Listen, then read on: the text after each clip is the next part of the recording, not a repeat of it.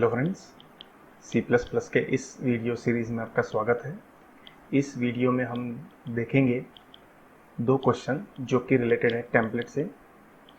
पहला जो क्वेश्चन है उसमें हमें बनाना है एक सर्च फंक्शन जो कि एक एरे में सर्च करता हो पर्टिकुलर वैल्यू।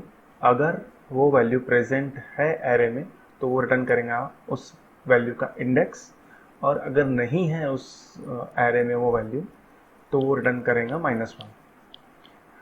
ये फंक्शन जो है सर्च फंक्शन, ये should be able to use different data types. Means वो हम डेटा टाइप इंट के लिए भी यूज़ कर सके, उस फंक्शन को हम कैरेक्टर के लिए भी यूज़ कर सके, उस फंक्शन को हम फ्लोट के लिए भी यूज़ कर सके, और सेम फंक्शन हम डबल के लिए भी यूज़ कर सके। तो ये हो गया हमारा पहला क्वेश्चन। दूसरा क्वेश्चन है कि हमें एक क्लास स्टैक बनानी है जो कि डिफरेंट डेटा टाइप के एलिमेंट्स को स्टोर कर सके। इसमें भी जो क्लास स्टैक रहेंगी वो इंटीजर के लिए भी यूज़ हो सके, फ्लोट के लिए भी यूज़ हो सके, कैरेक्टर के लिए भी यूज़ हो सके और डबल के लिए भी यूज़ हो सके। ऐसी क्लास हमें डिफाइन करना है, और इन दोनों ही क्वेश्चन के लिए हमें टेम्पलेट यूज़ करना पड़ेगा। तो इस क्वेश्चन को सॉल्व करने के लिए हम यूज़ करेंगे कोड ब्लॉक्स IDE। सबसे पहले मुझे लिखना रहेगा #include iostream, क्योंकि हमें प्रोग्राम में सी आउट और सी इन ये दोनों ऑब्जेक्ट को यूज़ करना है, इसलिए हमें iostream इस हेडर फाइल को इंक्लूड करना रहता है। बाद में हम लिखेंगे यूजिंग नेमस्पेस std, क्योंकि हम C++ के प्रोग्राम में std ये नेमस्पेस यूज़ करते हैं, इसीलिए हमें लिखना रहता है यूजिंग नेमस्पेस std। सबसे पहले तो हम एक नॉर्मल फंक्शन बनाते हैं जो कि सर्च फंक्शन रहेगा। तो उसके लिए हम लिखेंगे इंटीजर सर्च, और इसमें हम लिखेंगे सपोज इंटीजर एरे में वो सर्च करेंगे, इसलिए हम लिखेंगे इंटीजर एरे, और हम पास करेंगे एक इंटीजर वैल्यू सपोज v जो हमें सर्च करनी है, और इंटीजर s मीन्स उस एरे की साइज। इसमें हम बनाएंगे एक फॉर लूप जो कि स्कैन करेंगे पूरे एरे को, और अगर वो वैल्यू जो हम सर्च कर रहे हैं वो अगर प्रेजेंट है एरे में तो रिटर्न करेंगे उसका इंडेक्स। तो इसमें हम लेंगे int I इक्वल टू 0,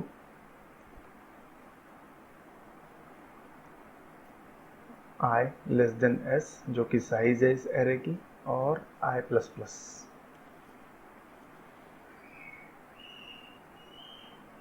पहले इसमें चेक करना पड़ेगा कि जो करंट इंडेक्स पर हम पॉइंट कर रहे हैं, एरे के करंट इंडेक्स पर जिस एलिमेंट को हम पॉइंट कर रहे हैं वो वैल्यू से इक्वल है क्या जो हम सर्च कर रहे हैं। तो इसके लिए हमने लिखा एक कंडीशन, अगर ये ट्रू होता है, ये कंडीशन ट्रू होती है तो हम रिटर्न करेंगे इंडेक्स जो कि भी I में स्टोर है, तो हम रिटर्न करेंगे I। और अगर हम पूरे फॉर लूप में से बाहर आ जाते हैं, पूरा फॉर लूप स्कैन होने के बाद, वो सारे वैल्यूज सर्च करने के बाद, इस फॉर लूप के बाहर आने के बाद अगर हमारा कंट्रोल यहाँ आता है, इसका मतलब ये है कि वो जो वैल्यू हम सर्च कर रहे हैं वो इस एरे में प्रेजेंट नहीं है, इसलिए ये फंक्शन रिटर्न करेगा -1। So that is a very simple function of search. इसके बाद मान लीजिए हम लिखेंगे मेन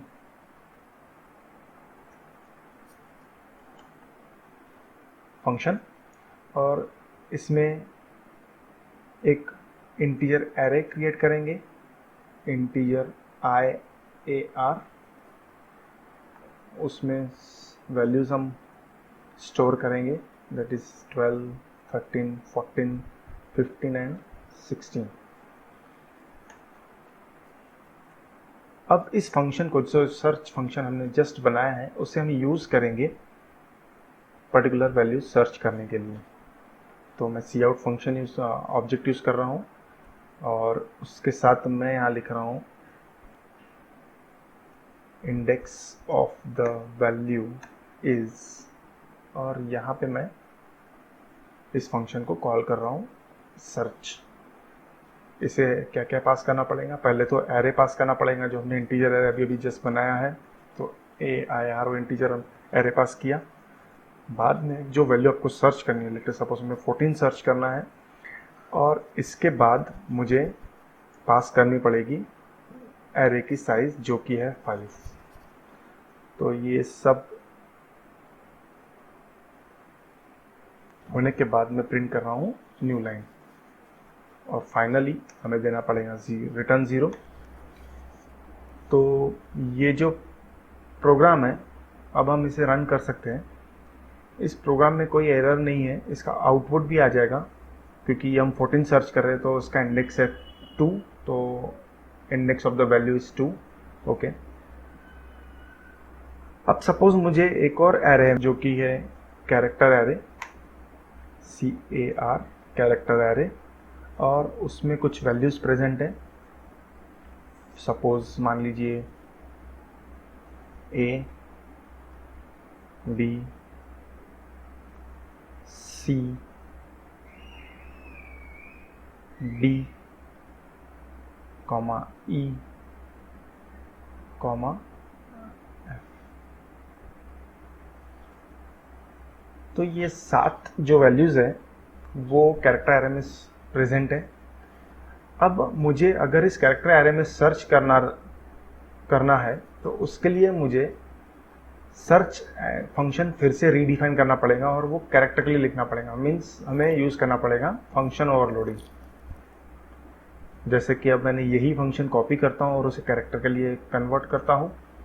तो इंट सर्च, रिटर्न टाइप हमेशा इंट रहेगा, चाहे वो कैरेक्टर का एरे रहे चाहे वो फ्लोट का एरे रहे, क्योंकि जो हम रिटर्न कर रहे हैं वो इंडेक्स है और इंडेक्स हमेशा इंट होता है, इंटीजर टाइप का होता है। यहाँ पे जो एरे रहेगा वो कैरेक्टर टाइप का रहेगा जो हमने अभी जस्ट पास किया, और जो वैल्यू मुझे सर्च करनी है वो भी कैरेक्टर टाइप की ही रहेंगी, तो इसलिए यहाँ पे कैरेक्टर रहेगा। और ऑब्वियसली साइज जो रहेंगी किसी भी एरे की, चाहे वो फ्लोट टाइप का हो, चाहे वो कैरेक्टर टाइप का हो, चाहे वो इंटीजर टाइप का हो, तो हमेशा साइज रहेंगी इंटीजर टाइप की। तो मुझे यहाँ चेंज करने की कोई ज़रूरत नहीं है, और बस ये मेरा प्रोग्राम रेडी है कैरेक्टर के लिए भी। तो अब अगर मुझे फ्लोट के लिए चाहिए तो मुझे एक और फंक्शन लिखना पड़ेगा फ्लोट के लिए। तो कि क्या हम एक ही फंक्शन लिख सकते हैं जो कि सारे डेटा टाइप के लिए यूज़ हो? जी हाँ, बिल्कुल ऐसा हम कर सकते हैं। उसके लिए हमें यूज़ करना पड़ेगा टेम्पलेट, और टेम्पलेट यूज़ करने के लिए हमको सबसे पहले लिखना पड़ता है टेम्पलेट, और बाद में लिखना रहता है एंगुलर ब्रैकेट में क्लास T। और यहाँ पे जहाँ जहाँ मुझे ये T वेरिएबल यूज़ करना है वहाँ मैं रिप्लेस करूँगा T।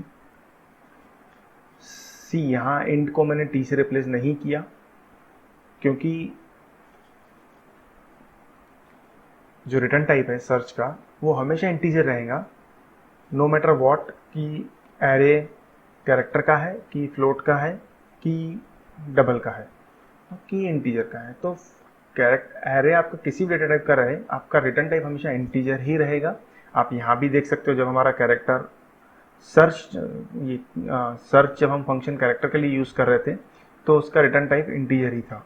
तो यहाँ पे हमें यहाँ पे इंटीजर ही रहेगा, यहाँ पे हमें T लिखने की ज़रूरत नहीं है।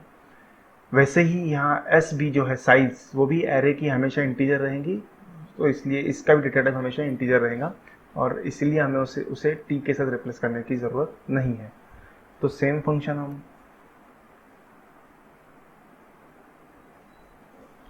ओके, तो ये हमारा फंक्शन तैयार है each and every data type के लिए यूज़ होने के लिए। अब हम इसे, जैसे हमने कैरेक्टर का एरे बनाया, अब हम फिर से इसे कैरेक्टर के लिए यूज़ कर सकते हैं कि नहीं वो देखेंगे। इंडेक्स ऑफ कैरेक्टर वैल्यू,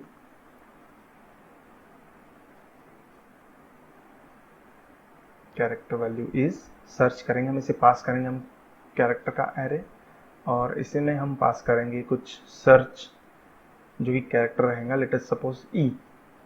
तो मैंने इस समय पे मैं इसमें ई पास कर रहा हूँ, ई सर्च कर रहा हूँ, और इसे पास करना पड़ेगा हमें उस कैरेक्टर एरे की साइज जो कि 7 है।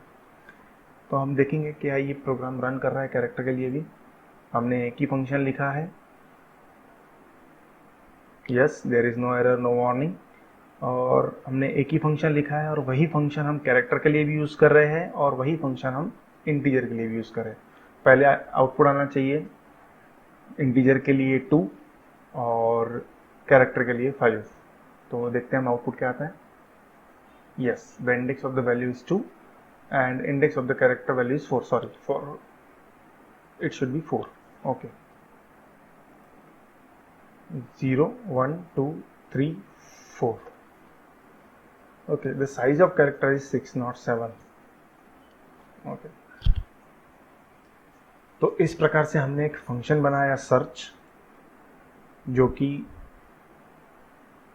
यूजफुल है फॉर एवरी डेटा टाइप। तो ये था आज का हमारा पहला क्वेश्चन। अब चलते हैं दूसरे क्वेश्चन की ओर, जो कि है define a class template stack which can be use for storing elements of generic type. इस दूसरे क्वेश्चन में हमें एक स्टैक नाम की क्लास बनानी है, जिसमें हमें स्टोर करना है जेनेरिक टाइप के elements. Generic type means same class can be use for different data types. तो आइए सॉल्व करते हैं second question. Okay, first 2 lines इस प्रोग्राम में भी सेम रहेंगी, that is hash include iostream using namespace STD. सबसे पहले हमें बनानी पड़ेगी क्लास जो कि हैंडल कर सके मोर देन 1 डेटा टाइप। उसके लिए हमें यूज करना पड़ेगा template class. This time let us use variable name x instead of t। Class stack,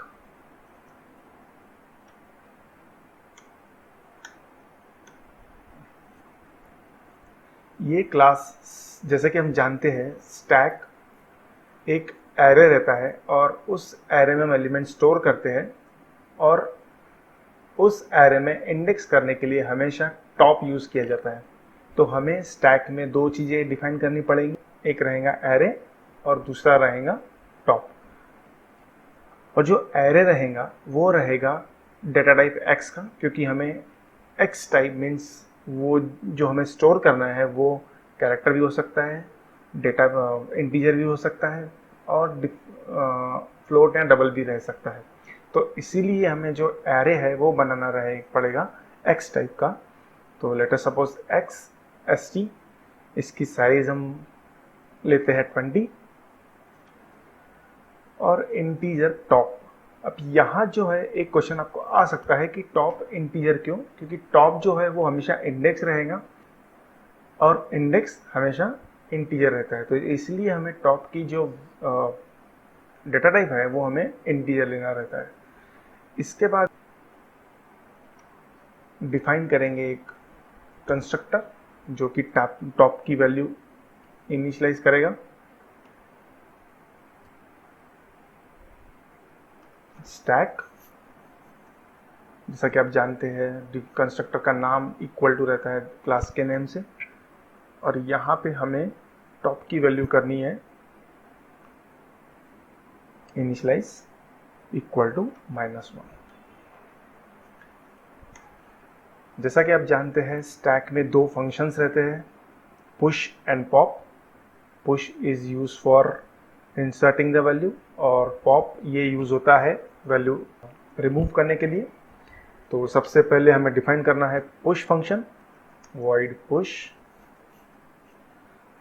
push करता है वैल्यू स्टैक में या एरे में। तो इस समय पे जो वैल्यू पुश होंगी वो इक्वल टू उसका जो डेटा टाइप रहेगा वो डेटा टाइप इक्वल रहेगा एरे के डेटा टाइप से। अब हमारे एरे का डेटा टाइप है x, इसीलिए उस वैल्यू का डेटा टाइप भी रहना चाहिए x। पहले हम टॉप को इंक्रीमेंट कर लेंगे, इसके बाद हम इंसर्ट करेंगे वैल्यू स्टैक में। उसके लिए हमें लिखना पड़ेगा st top equal to v। इसके बाद अब हमें पॉप फंक्शन जो है वो डिफाइन करना है, और जो पॉप फंक्शन क्या करता है वो वैल्यू रिटर्न करता है जो इस समय स्टैक के टॉप पर है। तो वैल्यू जो रिटर्न करता है वो एरे में से ही करेंगे वैल्यू रिटर्न, और वो एरे का डेटा टाइप है x, इसलिए पॉप फंक्शन का डेटा टाइप भी रहेगा x।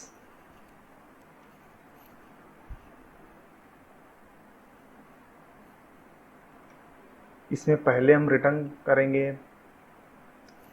Value st of top minus minus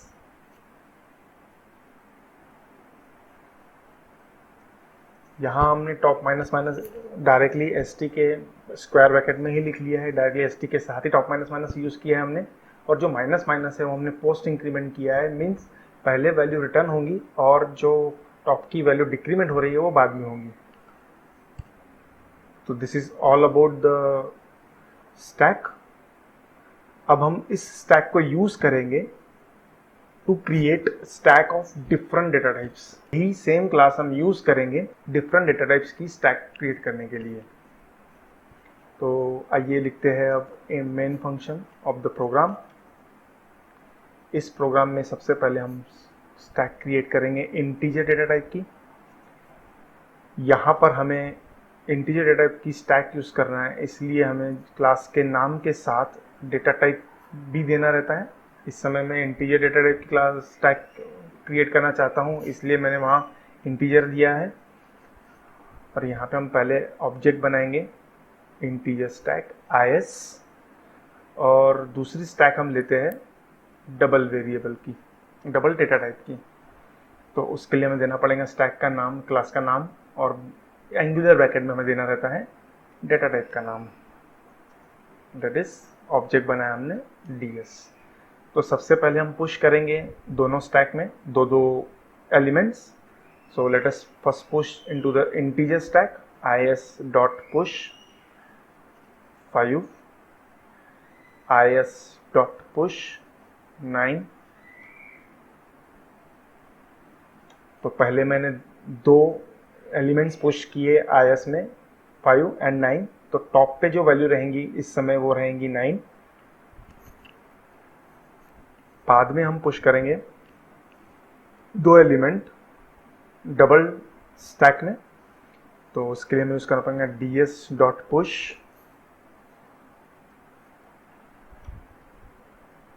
पहली वैल्यू हम लेट अस सपोज पुश करते हैं 11.7। एक और वैल्यू हमें पुश करनी है डी डबल स्टैक में, तो 20.5 इसमें अनदर वैल्यू। अब यहाँ हमें इन दोनों स्टैक से एक एक वैल्यू पॉप करनी है। इंटीजर वैल्यू में अगर पॉप की हमने तो उसमें से टॉप पे रहेगा 9, और पॉप जो वैल्यू होंगी वो होंगी 9। और जो डबल स्टैक है उसमें हमने दो वैल्यूज पुश की है 11.7 एंड 20.5। जैसा कि आप जानते हैं जो टॉप पे वैल्यू होंगी वो पॉप होंगे पहले, और टॉप पे इस समय पे डबल स्टैक में है 20.5, that's why 25 will be return. और इन दोनों को हम प्रिंट करेंगे using cout the value pop from integer stack is integer stack dot pop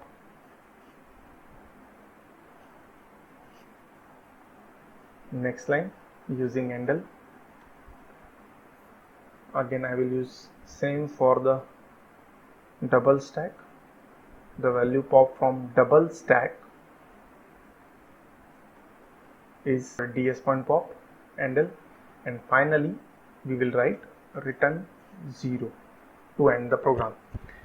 तो इस प्रकार से हमने एक स्टैक, एक ही क्लास बनाई स्टैक, और वो हम stack same stack class use कर रहे हैं इंटीजर स्टैक के लिए और डबल स्टैक के लिए, और उसके लिए हमने यूज किया है template. Now let us run the programme.